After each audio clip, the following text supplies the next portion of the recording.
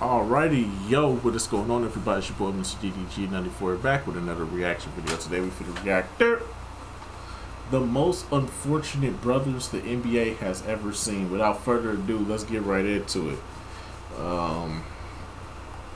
If you see the title, if you see the thumbnail, you know who they talking about. 27-13. That was the Chicago Bulls record in the 2021-22 season before Lonzo Ball went down with a season-ending injury. Not only did they have the best record in the East, but they were also one of the NBA's best defensive teams. Since Lonzo's injury, the Bulls have been stuck in no man's land for a while. Their ambitions of competing and contending have yet to be realized, because they're missing a huge piece of their team, a piece that's been overlooked and underappreciated because he missed over 2 entire seasons. Lonzo's knee injury was more serious than we ever imagined. Then there's his little brother, LaMelo, who suffered a fractured ankle from a seemingly normal play. It was a non-contact injury, and nobody even touched him. Yet this injury to his right ankle forced him to miss the majority of 2 seasons. Like his brother, his team is also patiently waiting for his return, because without LaMelo, the Hornets are nothing. How's it going, folks? My name's Andy, and today let's take a look at how Lonzo and LaMelo Ball became the most unfortunate brothers in the history of the NBA. When Lonzo Ball first suffered his knee injury, a huge storyline that popped up was his shoes. In particular, the Big Baller brand, a company founded by his father. If you recall, Lonzo began his NBA career playing under his father's shoe brand. Remember that whole controversy when he released his first signature sneaker, which cost a ridiculous $495? It wasn't just the price tag that was controversial, it was the quality of those sneakers. It really was. No one knows the real story about them shoes, though. Them ZO2s I was playing in, they was not ready. They were? Really? I had to switch them every quarter, because they would just rip. I'm like if you literally have my shoes from those games, like, they're just, like, exploded, bro. In an interview, Lonzo said he had to change his shoes every quarter because they were falling apart. Fast forward a bit, and by 2020, Lonzo ditched the Big Baller brand sneakers completely, but the damage has been done. In 2023, a report claimed the Chicago Bulls believe Lonzo Ball will never step foot on the NBA court again. This was shortly after his 3rd knee surgery, and seeing as how he missed the 2023-24 season, his future is looking bleak. Even if he comes back, will he ever be the same player as before? This whole shoe story was just baffling. To make it worse, LeVar even came out and said the reason Lonzo's knees blew up was because he switched to Kobe's shoes. Keep in mind, Kobe's sneakers are used across the NBA by so many other players. But LeVar blamed Lonzo's injuries on Kobe's shoes, which, I mean, it sounds ridiculous, because it is. Perhaps the shoes aren't the problem. Coming into the NBA, Lonzo was the butt of so many jokes.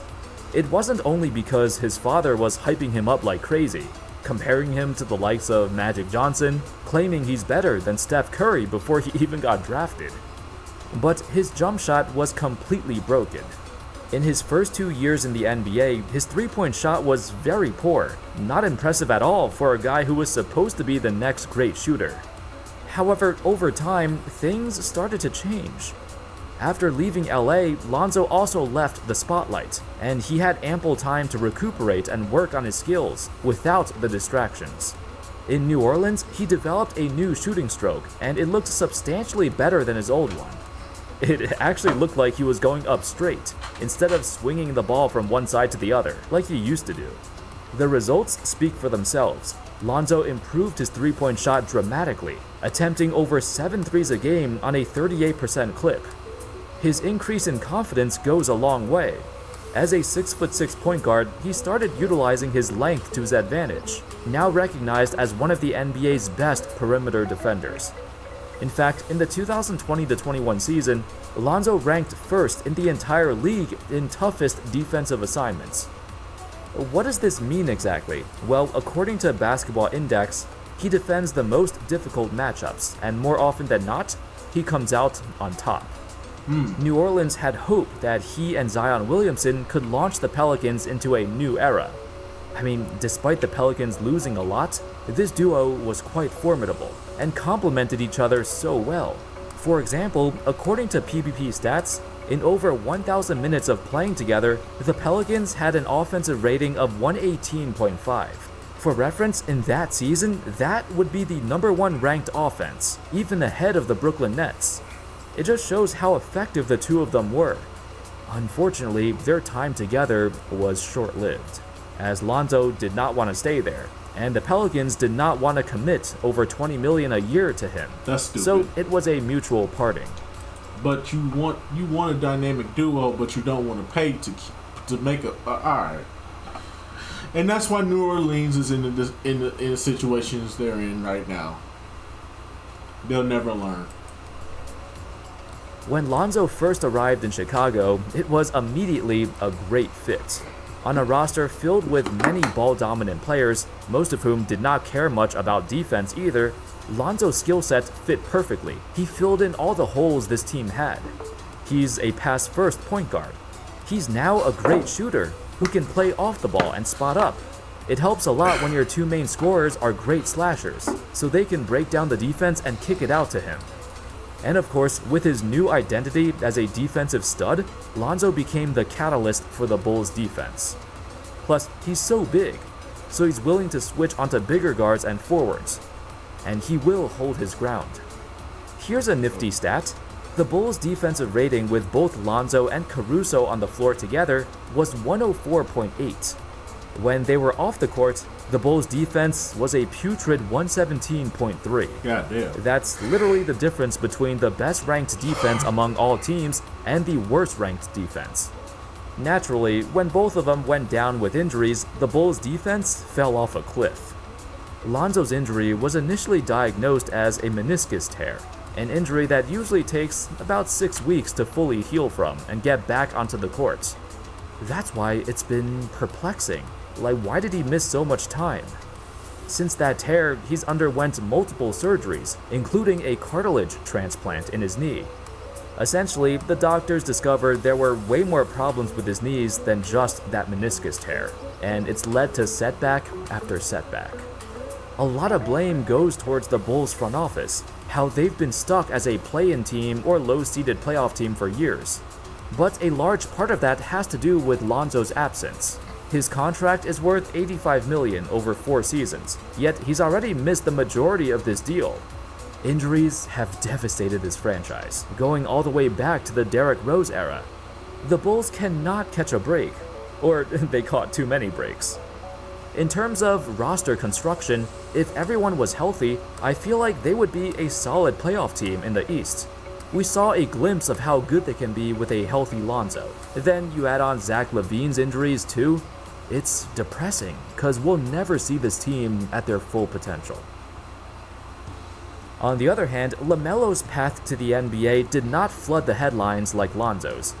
In fact, he stayed out of the public eye, and instead of college, he played professionally in Australia. As a prospect, he wasn't thought of as highly as his brother. By the time the 2020 draft rolled around, LaMelo made history. By getting drafted at number 3, him and Lonzo became the first set of brothers to both be drafted in the top 3 of their class. You ain't got. Unlike Lonzo, however, LaMelo like looked that. very promising right out the gates. He even made the All-Star team in his second year and led the Hornets to their first winning season in 6 years.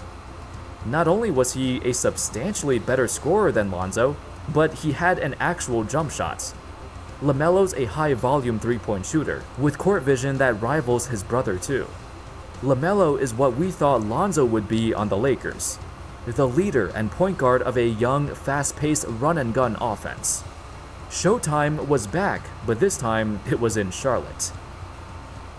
On February 27th, 2023, this happened. Something happened with LaMelo. He was, let's see, no ball handler. Yeah, that's his own feet. Didn't step on anyone.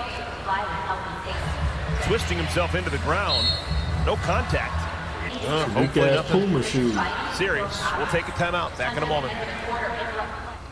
At a glance, you might think, what just happened? Did he trip and fall over? It didn't look like anything happened. Nobody touched him.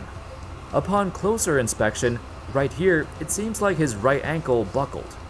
The report came out later that day. Apparently, on this play, he fractured his right ankle. It was alarming. While ankle injuries aren't as bad as a torn ACL or ruptured Achilles, breaking your ankle randomly without any contact? That's concerning. Throughout that entire season, LaMelo was dealing with ankle problems. His left ankle in particular got sprained 3 different times. While recovering, it's possible he was trying to overcompensate and put too much stress on his right ankle. There's a reason why, when you see players injure one knee, usually they end up injuring the other one down the road as well. LaMelo's fractured right ankle did not come out of nowhere. It was a build-up over the season until it reached the breaking point. After getting surgery, his season came to an abrupt end, while the Hornets fell down the standings. Now, an injury like this, he's expected to make a full recovery and come back better than ever. However, over a year went by, and he still hasn't. That right ankle is still bothering him, and with this statement by the Charlotte Hornets, LaMelo's season was over once again. In 2 seasons, he played just 36 and 22 games respectively. It was another lost season for this franchise, and the Hornets once again fell further and further down the standings. On the bright side, they have another chance at a high draft pick. That's something, right? LaMelo's absence was the main reason they were able to get Brandon Miller in the first place. But with another horrendous season, this is their chance to snatch another young prospect to build for the future. In the best case scenario, LaMelo returns to full strength, and he comes back to lead the Hornets back to the playoffs.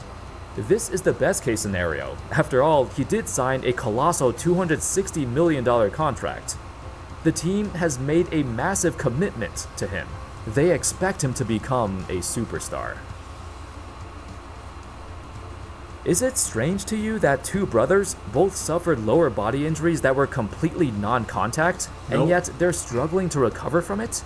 For Lonzo, it's his knees. He's had 3 different surgeries on the same knee, and he's also had ankle injuries too early in his career. So perhaps it could be a genetic thing? Or perhaps a bad training program? Probably. I mean, just looking at his form in this video, perhaps LeVar's methods of working out is not working. It finally looked like his career was going down the right path. Everything came together in Chicago.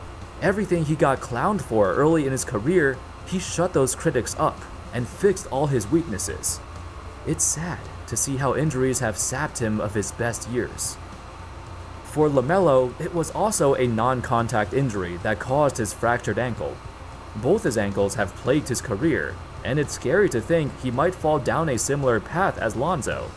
What they do have in common is both are highly important to their team's success. Facts. Lonzo is exactly what the Bulls are missing, and LaMelo is literally their franchise player. Is it because their bodies simply can't handle the rigorous grind of the NBA? Is it because LeVar and his big baller brand shoes have permanently damaged them? As I mentioned, this is the first time in history 2 brothers have gotten drafted both in the top 3 of their respective class. Their talent from an early age was well documented. So to witness both of them go down this hole and possibly never reach their full potential, it's so sad. They are the most unfortunate brothers the NBA has ever seen. Anyway, that's all, folks. Let me know your thoughts on the whole Lonzo and LaMelo Ball situations. Where do you see their careers going from here?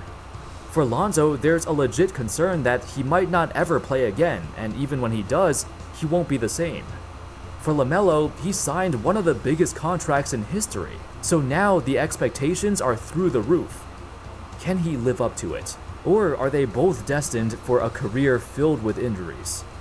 Thank you all so much for watching. I hope y'all enjoyed the video, and of course, as always, I'll see you next time. Hey man, that's just how it is, man. That's just how it is.